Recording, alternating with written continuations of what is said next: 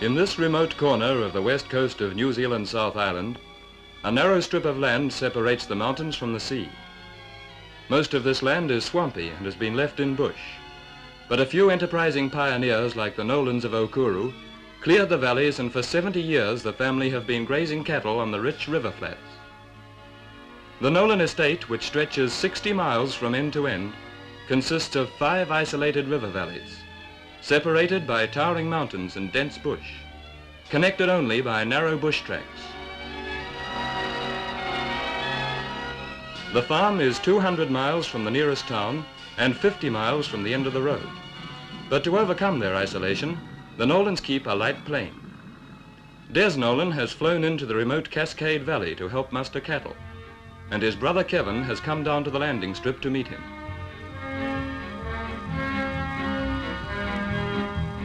Des will help his brothers with the mustering today and fly back to the homestead at Okuru tonight. He brings everything he needs with him.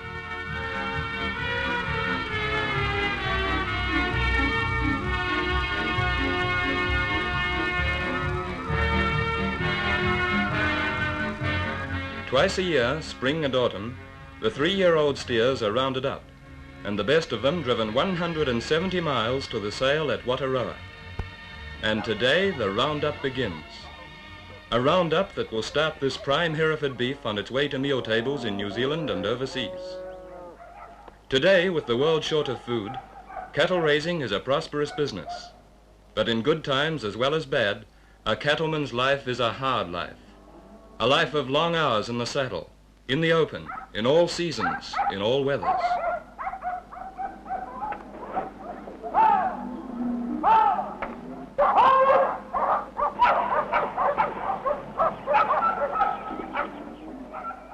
With the cattle rounded up into the Cascade Valley yards, Kevin and Bill Nolan and Mick Clark get on with the job of cutting out, selecting for the drive the cattle in best condition. Those not selected will be fattened for another 6 months and will go on the next drive in the autumn.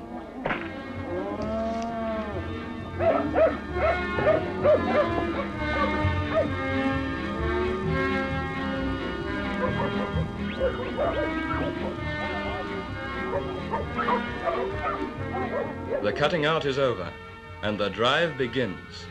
170 miles of bush track and road, river and mountain, 3 weeks in the open on fine days and wet days, on horseback and on foot.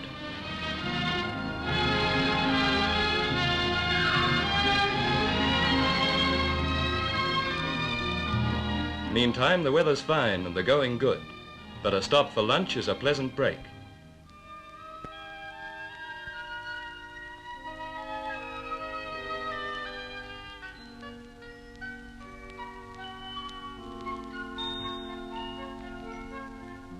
For the dogs, it's a chance to rest, but cattlemen's minds are always on their job, and they wonder what price the cattle will bring.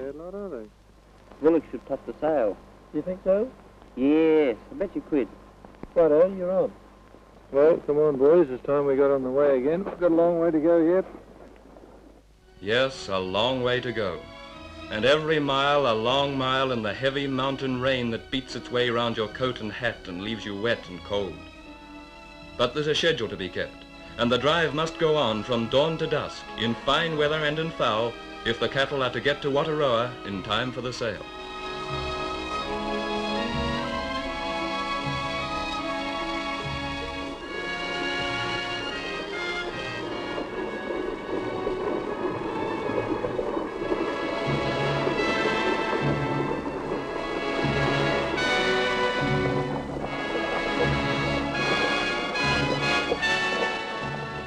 The end of the second day brings them to the homestead at Okuru. As cattle lose condition on a drive, they'll be rested here for a few days before moving off again.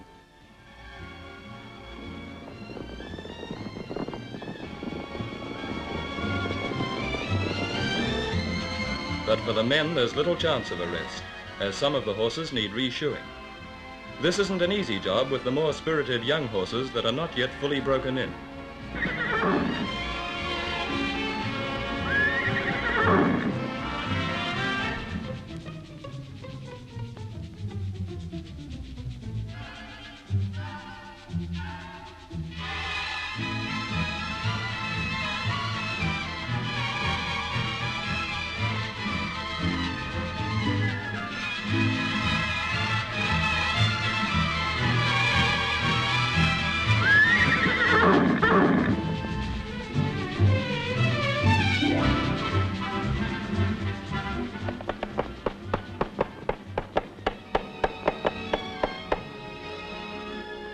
But soon it's time to move off on the main leg of the drive, the 140 miles to Wataroa.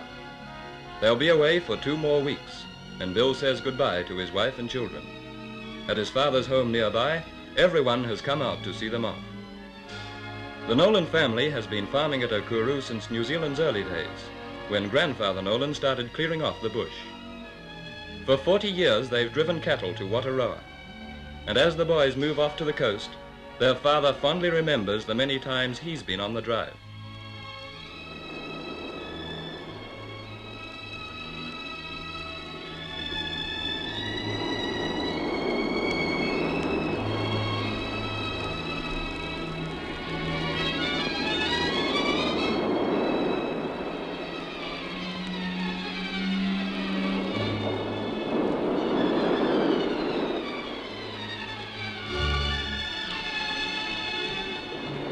Off the beach to the treacherous Haast River.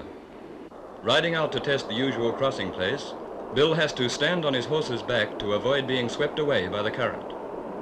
Horses and cattle have often been drowned here, and even the men have had some narrow escapes. But Bill reaches the other side safely. Though a more suitable crossing place is found, the cattle have to be persuaded to take to the water.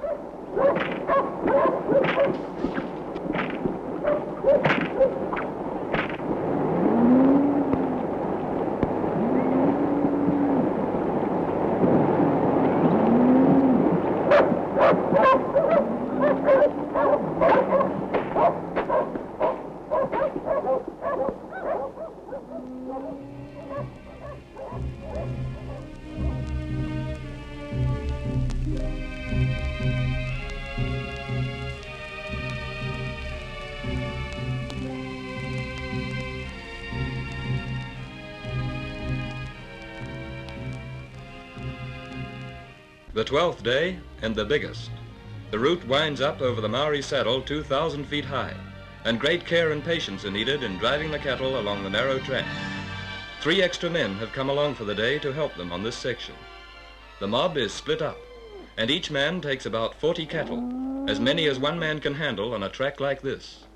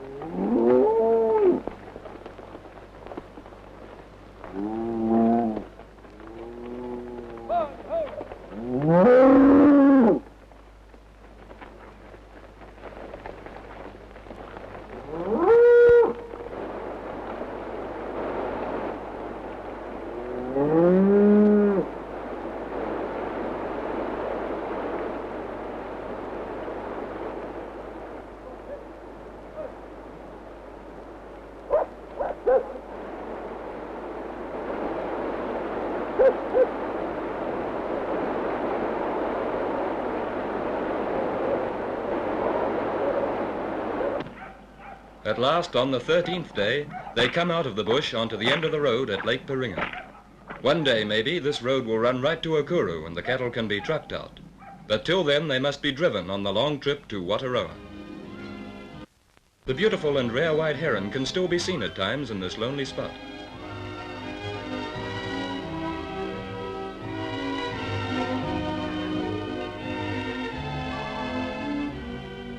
On the 14th day, they're on the move before the sun has chased the shadows from the Paringa Valley. Slowly, laboriously, cattle, horses, dogs and men trudge on to Jacob's River. They've been on the road from dawn to dusk, and they've covered 14 miles. Men and cattle are tired and sore, but here they'll rest for a day, and the men will stay in a drover's hut on the property of a family friend.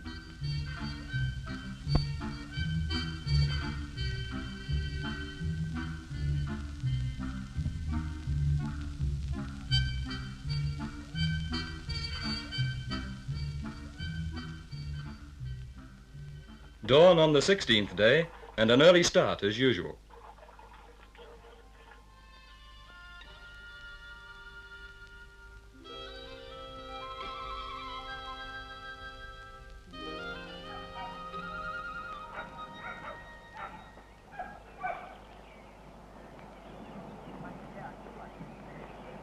With the horses saddled, they're away again on the road that leads to Karangarua and on to Wataroa 50 miles beyond.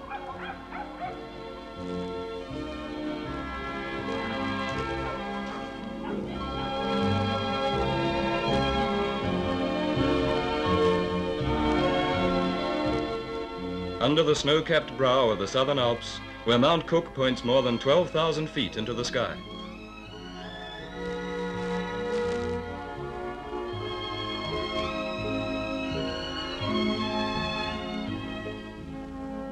With the sun beating down on the open plain and not a breath of wind, it's a hot, dry job.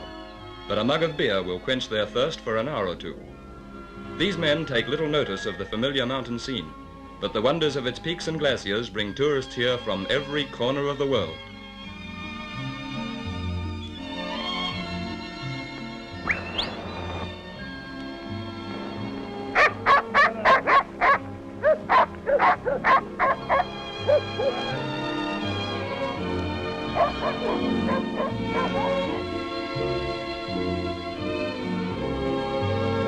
On, always on up the long straight road to the end of the 17th day, where the cattle will spend the night at the foot of the Fox Glacier and the towering peak of Mount Tasman.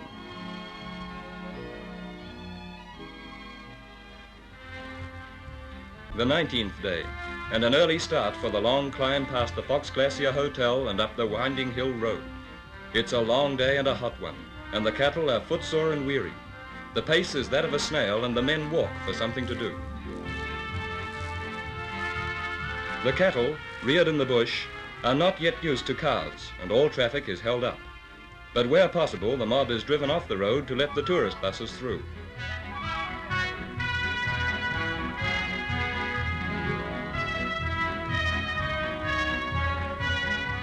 The 20th day takes them past the tourist hotel at Franz Josef Glacier and on towards Wataroa. Only another 20 miles now, just one more day on the road.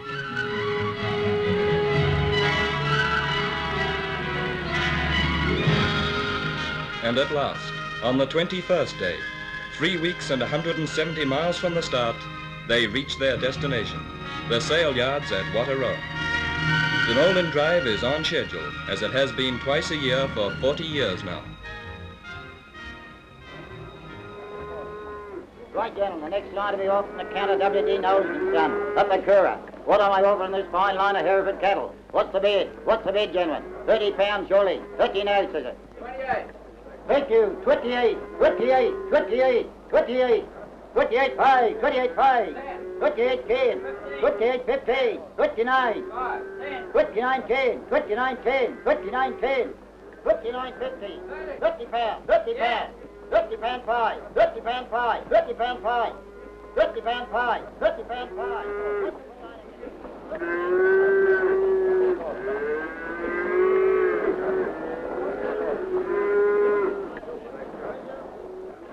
32 pounds.